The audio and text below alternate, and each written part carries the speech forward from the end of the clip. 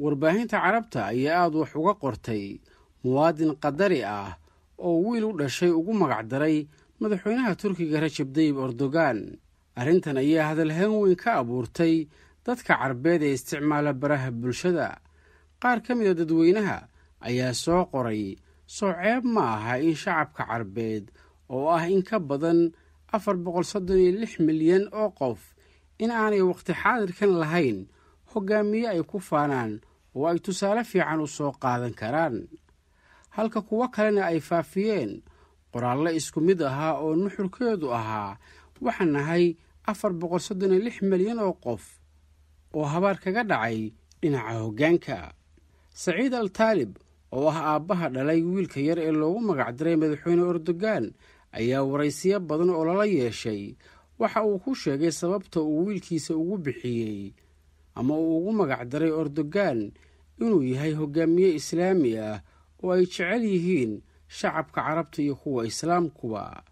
wuxuu sheegay inuu rajaynayo in ilmihiisu uu yeesho dabeecadaha madaxweyne Erdogan iyo habdhaqankiisa wanaagsan sida uu sheegay isagoo u waramayay wargeysyada Sharqul Awsad iyo Qudus al-Carabi.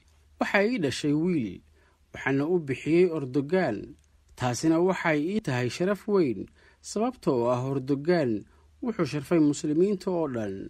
sababtoo ah aad ayaan ula dhacsanahay shakhsiyadda madaxweynaha Turkiga iyo mowqifyadiisa geesinimo ee ku aadan arrimaha carabta iyo islaamka. fikirka ah inaan wiilkayga ugu magacdaro Erdogan ma aha mid cusub oo igu dhalatay xilligii uu dhashay wiilkaygu, laakiinse in badan ayaan arrintan ku taamayey.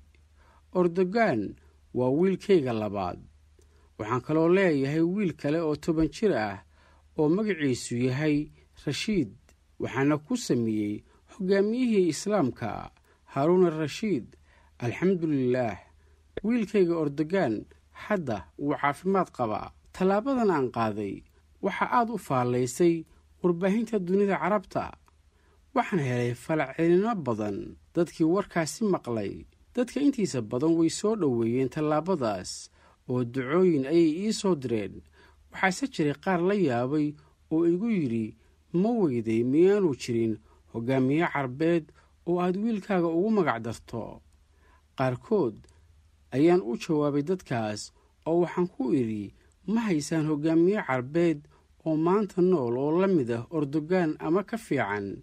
waxaan filayaa in su'aalahaasi aan weydiiyey asxaabtaas inay gelisay fikir dheer oo ay ku daali doonaan inay jawaab u helaan.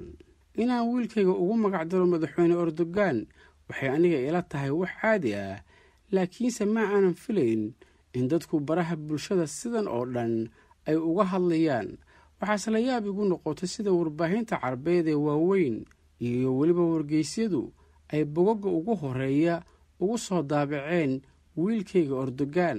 arrintan in war weyn laga dhigo waxaan aaminsanahay inay sababtay shacabka dunida carabta oo aan ku qanacsanayn madaxda xukunta, waana arrin muujinaysa in shacabku ay quus taagan yihiin madaxweyne Erdogan. waxaan bilaabay inaan taageero sannadii 2009kii, waxaana jirtay arrin sabab u ahayd inaan aad u taageero, taasoo ahayd markii aan daawaday madaxweyne Erdogan oo ka qaybgelayay shirweynihii Davos ee la qabtay sannadii 2009kii. madaxweyne Erdogan shirkaas wuxuu ka sameeyey arrin taariikhi ah oo geesinimo leh, sababtoo oo shirkaasi intuu socday wuxuu dood adag la galay madaxweynihii hore ee Israa'iil Shimon Peres.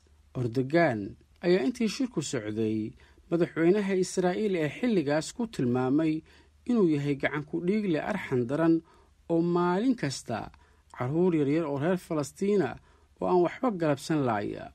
xilligaas waxaa socday dagaalkii Israa'iil ay ku qaaday Gaza. madaxweyne Erdogan markii dambe waa uu ka baxay shirweynihii kadib markii ay hadallo cara leh ay isdhaafsadeen madaxweynihii Israa'iil Shimon Peres, isagoo ka xanaaqay in aan la siin waqti ku filan oo uu ugu jawaabo madaxweynaha Israa'iil. Erdogan ayaa markaas tilmaamay qofkii dhexdhexaadinayay doodda in aanu daacad ka ahayn, inaanu dhexdhexaad ahayn. waagaas geesinimada uu sameeyey madaxweyne Erdogan ma jirin hogaamiye kale oo islaam ah oo arrintaas sameeyey ama xitaa wax u dhow. kaasina wuxuu ahaa mowqifka dahabiga ah ee aan ku taageeray Erdogan. hadda waxaan leeyahay Erdogan wuxuu sharfay muslimiinta dunida oo dhan. waa hogaamiye islaami ah oo ay jecel yihiin dadka carabta iyo kuwa islaamkuba. waxaan rajaynayaa in ilmahayga yari uu qaato qaar ka mid ah dabeecadihiisa. من سكان الدوحة الله رزقني مولود وسميته على الرئيس التركي أردوغان. وأردوغان قائد إسلامي محبوب عند الشعوب العربية والإسلامية وجعله إن شاء الله يأخذ من أطباعه. وهذا الشرف لي وبعض من رد الجميل من مواقفه الطيبة